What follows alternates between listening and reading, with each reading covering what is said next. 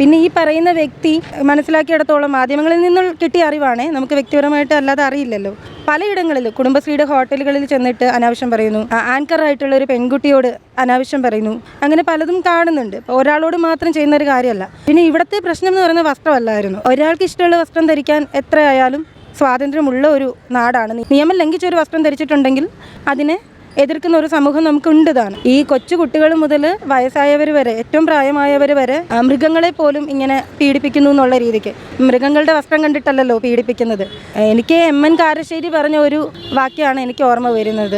എം.എൻ. കാരശ്ശേരി ആണെന്ന് തോന്നുന്നു, എൻ്റെ ഓർമ്മ ശരിയാണെങ്കിൽ. നായകൾ കടിക്കുമെന്ന് ഓർത്തിട്ട് നമ്മൾ നായയെ പൂട്ടിയിടുക ചെയ്യുന്നത്, അല്ലെങ്കിൽ നായയെ അടിച്ചൊതുക്കുക ചെയ്യുന്നത്, അല്ലാതെ മനുഷ്യർ കയറി വീട്ടിലിരിക്കുകയല്ലല്ലോ ചെയ്യുന്നത്. വസ്ത്രം എന്നുള്ളത് ഒന്നാമത്തെ വിഷയം. ഇവിടെ വേറെ സ്ത്രീകളോട് അപമര്യാദയായിട്ട് പെരുമാറുന്നു എന്നുള്ളതായിരുന്നു യഥാർത്ഥ പ്രശ്നം. അതിനെ വഴിതിരിച്ച് ബോധപൂർവം മറ്റു വിഷയങ്ങളിലേക്ക് കൊണ്ടുവരുന്ന ഒരു പ്രവണതയാണ്. ഹണി റോസ് എന്ന് പറയുന്ന വ്യക്തിക്കെതിരെ ബോധപൂർവം ചിലത് സമൂഹത്തിന്റെ ഒരു എതിർപ്പ് സൃഷ്ടിക്കാൻ ശ്രമിച്ചതുപോലെ എനിക്ക് തോന്നി വ്യക്തിപരമായിട്ട്. പ്രശ്നത്തിൽ ശരിക്കും ഹണി റോസ് പറഞ്ഞത് സത്യമാണെന്ന് തോന്നുന്നു. കാര്യം അവളുടെ വസ്ത്രം അവളുടെ തൊഴിലിനേക്കനുസരിച്ച്, തൊഴിൽ എന്തായിക്കോട്ടെ, അവൾ എന്ന് പറഞ്ഞത് ബഹുമാനം ഇല്ലാതെ അല്ല കേട്ടോ. ഹണി റോസ് എന്ന് പറയുന്നത് സ്ത്രീ എന്നുള്ള രീതിക്കാണ് പറയുന്നത്. ഒരു സ്ത്രീയുടെ വസ്ത്രം സ്ത്രീയുടെ തൊഴിലിനെ അനുസരിച്ചിട്ടൊക്കെ ഇരിക്കും, അവരുടെ പാഷനെ അനുസരിച്ചിരിക്കും. ഇതൊന്നും അല്ലെങ്കിലും അവർക്ക് ഇഷ്ടമുള്ള കംഫോർട്ടായിട്ടുള്ള ഒരു വസ്ത്രം ഇടുക എന്നുള്ളതാണല്ലോ. ഒരാളിട്ട വസ്ത്രത്തിൻ്റെ പേരിൽ മറ്റുള്ളവർ അനാവശ്യം പറയേണ്ട ആവശ്യവുമില്ല.